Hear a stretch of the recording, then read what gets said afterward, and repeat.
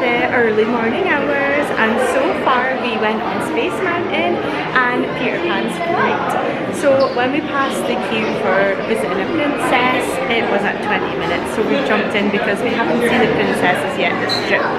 So we've chosen to see Tiana and Rapunzel, and I am really excited.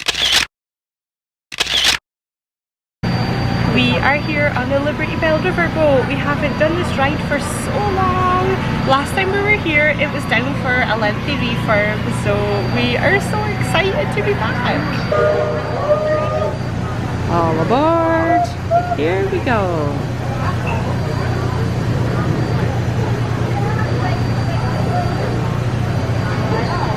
Last call. Secure all cargo. All passengers aboard. Cargo secured. All passengers boarded, sir.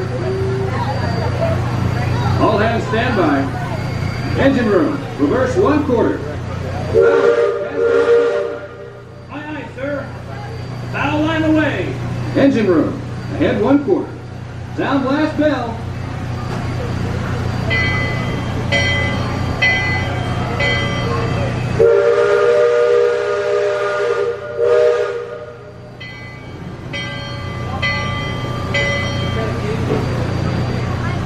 Leadsman, sound off. Give me a depth reading by the mark. By the mark. Halfway. Mark 1. Mark 2. Mark 3. Mark 4. Deep 4.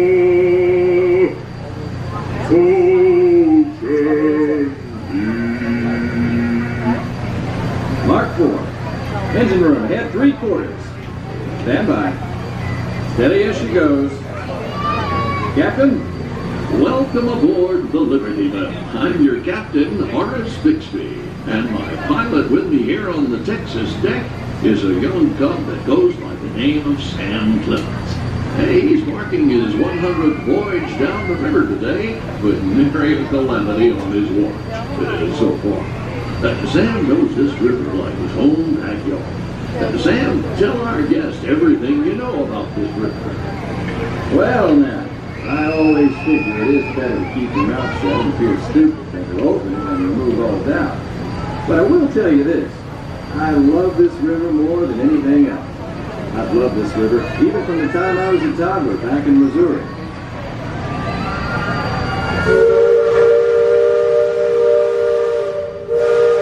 There's an out, Quinn. Before we get too much further out of port, I think I should mention that you best not be sitting on those handrails. They're the only thing between you and the river, and the river don't always take kindly to uninvited guests. We've also had reports of river pirates operating in the vicinity, so I wouldn't lean out beyond those rails for that reason either.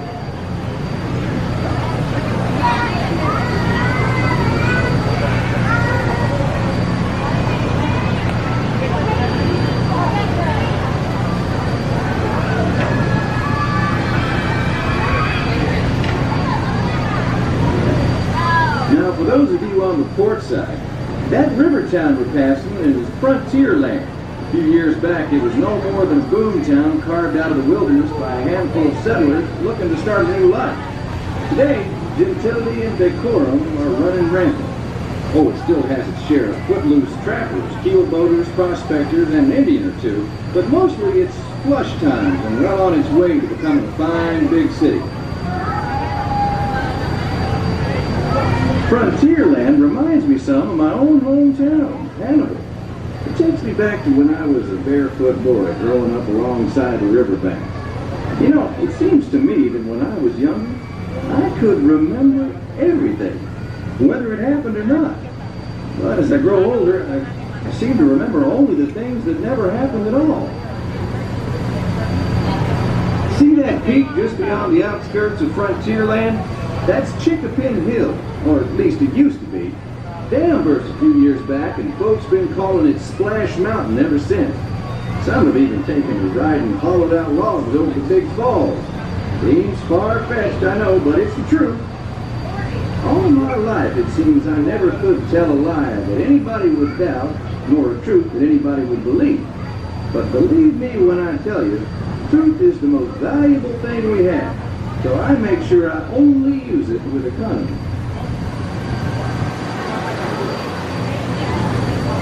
That island over across the way on the starboard side was my stomping grounds when I was young. Exceedingly young. Marvelously young. Young by hundreds of years. Younger than I will ever be again. It's called Tom Sawyer's Island and is named for a friend from my boyhood. Even today, the only way you can get there is by raft. Old man Harper's grain mill is there, back in the woods just off Tom's Landing. And that's Muck Potter's pond and his windmill. We almost hanged that once. And there's Huck's Landing. I always did like Huck. He could swear just wonderful.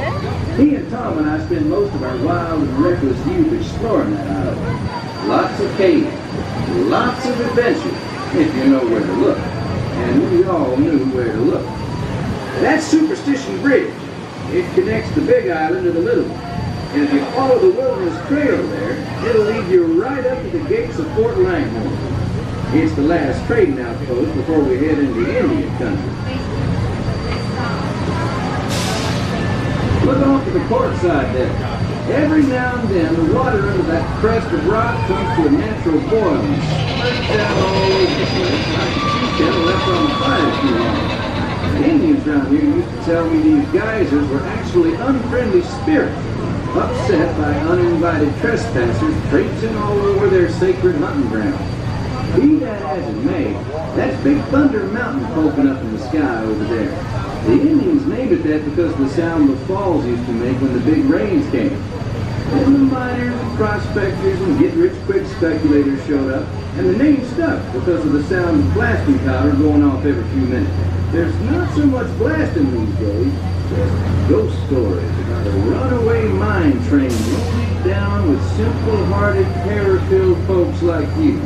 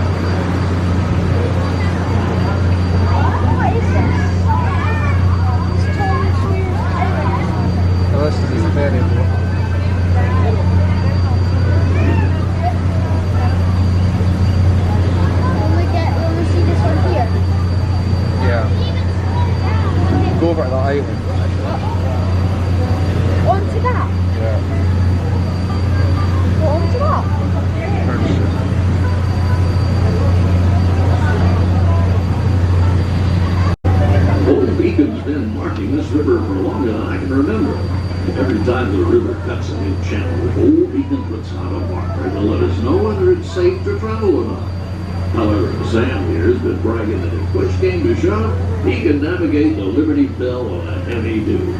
Isn't that so, Sam? Well, I was born humble, Captain, but mostly it's worn off.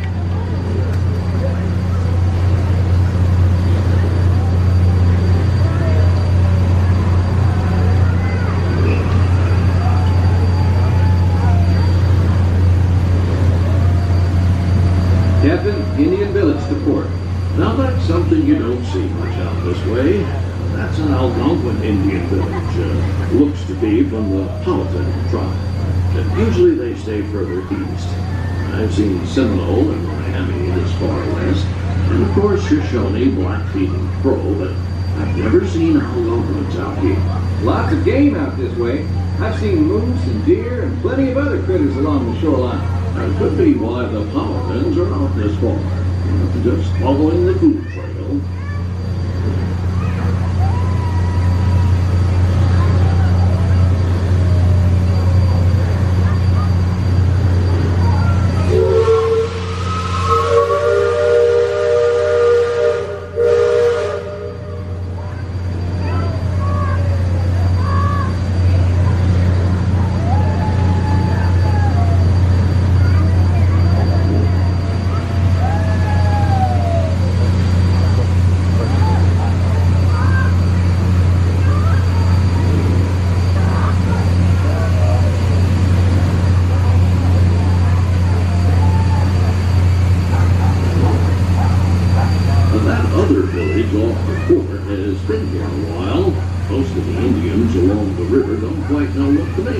Steamboat, and they call it Emelor, which means fire. Causes the smoke and sparks pouring our thoughts down. The first time we passed this way, they thought it was the return of one of their heavenly messengers.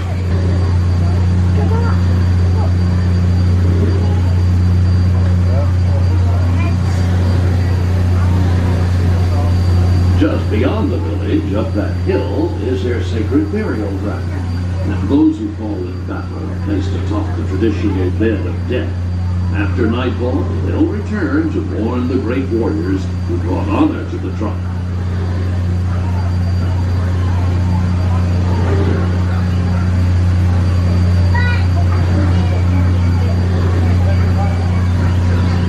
Attention deck watch. Shoals to port and starboard. Engine room, steady on. We're entering shallow water, but there's no cause for worry. Sam knows every shoal and shallow, every snag and sandbar in this part of the river, and he'll navigate us through to safe water. You wouldn't steer us wrong, would you, Sam? I believe we ought never to do wrong, Captain, especially when others are looking. Leadsman, sing out. Not one, waterless free. Half wind, half wind, half wind. Waterless. Red flag punches. Those of you that have been this way before know that the water can get fairly shallow along this stretch of the river. The leadsman call out the depth. Each mark is a fathom, or 6 feet. Mark Twain is 2 fathoms, and for us that means safe water. Captain, we're passing Cutthroat Corner. Attention deck crew, stay alert. If there's river pirates out here, this is where they'll most likely be. I can hear them from here. From all the commotion, it sounds like their interests lie elsewhere.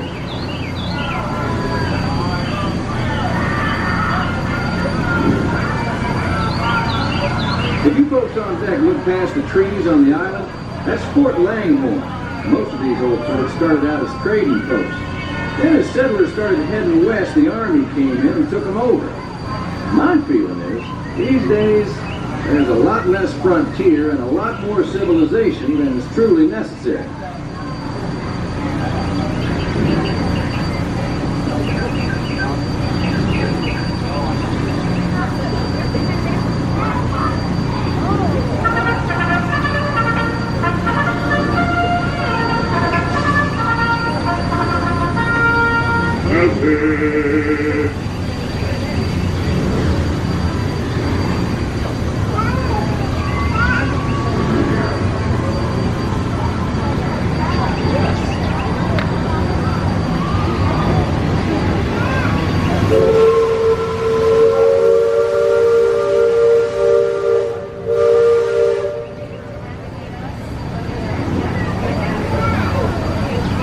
You see that brick mansion back over yonder there in the woods? I folks hereabouts say it's haunted. They say it was built on sacred Indian burial grounds, so now it's filled with spirits. If you ask me, I'd say the ones telling those tales are the ones filled with spirits. If you want proof, just ask them. They got it. About 100 proof, I reckon. And whatever you do, don't strike any matches if they aim to breathe in your direction. And you won't just be seeing ghosts, you'll be joining them.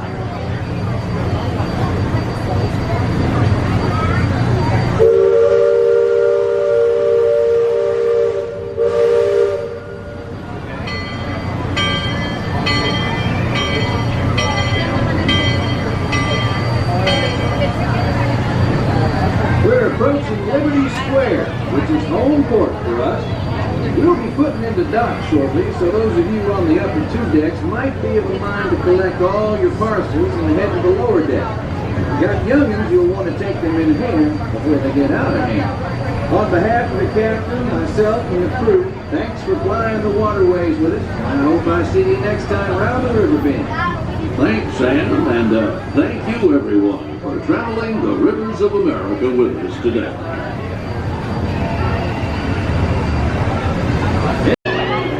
Look how cute!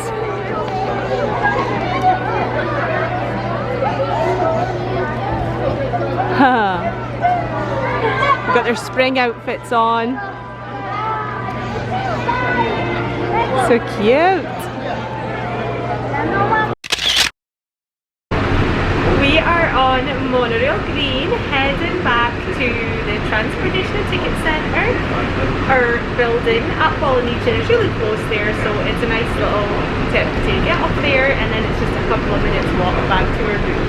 So we ate some lunch at the Contempo Path. It was really nice, and now we're heading back for a little bit of a rest. I think Quinn's going to head to the pool, and then we are going to go back to Magic Kingdom tonight for some fun. How cool is that?